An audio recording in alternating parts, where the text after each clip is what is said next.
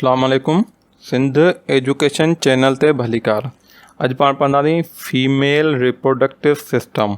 औरतुनि जो जेको नस्ल वधाइण वारो सिरिश्तो हूंदो आहे उन जे बारे में अॼु पाण जेको आहे उहो डिस्कस कंदासीं त उन में कहिड़ा कहिड़ा ऑर्गन अची था वञनि ऐं उन्हनि हर ऑर्गन जो कहिड़ो कहिड़ो कमु आहे।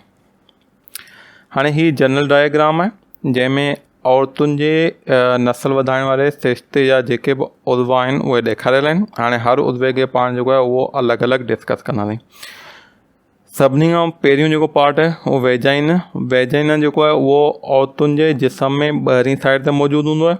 हिन जे थ्रू जेको आहे उहो स्पर्म जेका मर्द जा सेल हूंदा आहिनि उहे हितां खां वेजाइना जे थ्रू जेको आहे उहो अॻियां खां जिस्म में औरतुनि जे जिस्म में दाख़िल थींदा आहिनि, जेके ओवा या एग सेल सां गॾिजी ॿार जेको आहे उहो डेवलप कंदा आहिनि। वेजाइना खां पोइ ॿियो जेको पार्ट आहे उहो सर्वाइक्स।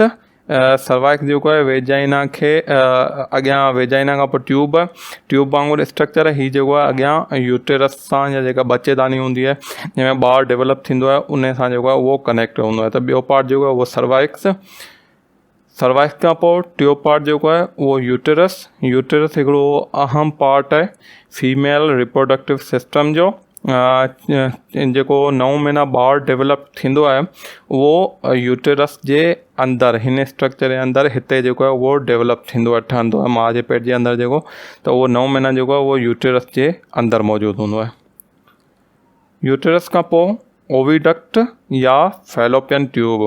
हीअ हिकिड़ी डक्ट स्ट्रक्चर आहे या ट्यूब स्ट्रक्चर आहे जेको हिकिड़े पासे यूटेरस सां कनेक्टेड हूंदो आहे ऐं जेका हीअ ॿी साइड आहे उनजी हीअ ओवरी सां कनेक्ट हूंदी आहे।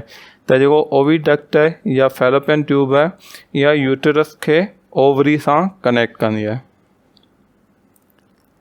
उन खां पोइ हीअ जेको आहे हीअ बि हिकिड़ो जेको आहे मेन स्ट्रक्चर आहे जंहिंखे ओवरी चइजे थो।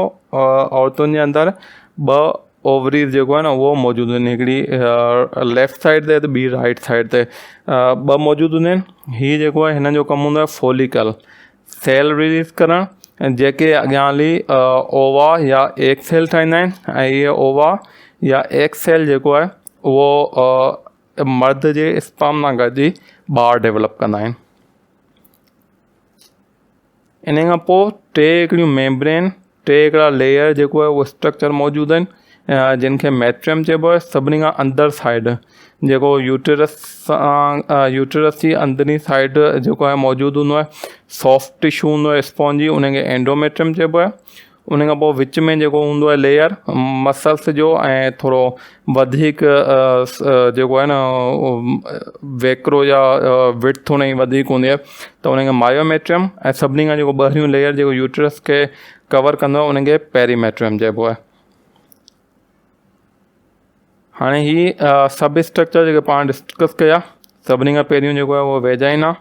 वेजाइना खां पोइ सर्वाइक्स, सर्वाइक्स खां पोइ यूटेरस, यूटेरस खां पोइ ओविडक्ट, ओविडक्ट खां पोइ ॿ ओवरीज़ हिकिड़ी लेफ़्ट साइड ते ॿी राइट साइड ते मौजूदु हूंदियूं आहिनि। उन खां पोइ टे लेयर, सभिनी खां अंदरियूं जेको लेयर एंडोमेट्रियम, विच वारो जेको लेयर हूंदो आहे उनखे मायोमेट्रियम ऐं सभिनी खां ॿाहिरियों जेको लेयर हूंदो आहे उनखे पेरीमेट्रियम चइबो आहे। अल्लाह हाफ़िज़। वधीक वीडियोज़ ॾिसण जे लाइ सिंध एजुकेशन चैनल ज़रूरु सब्सक्राइब कंदा। महिरबानी।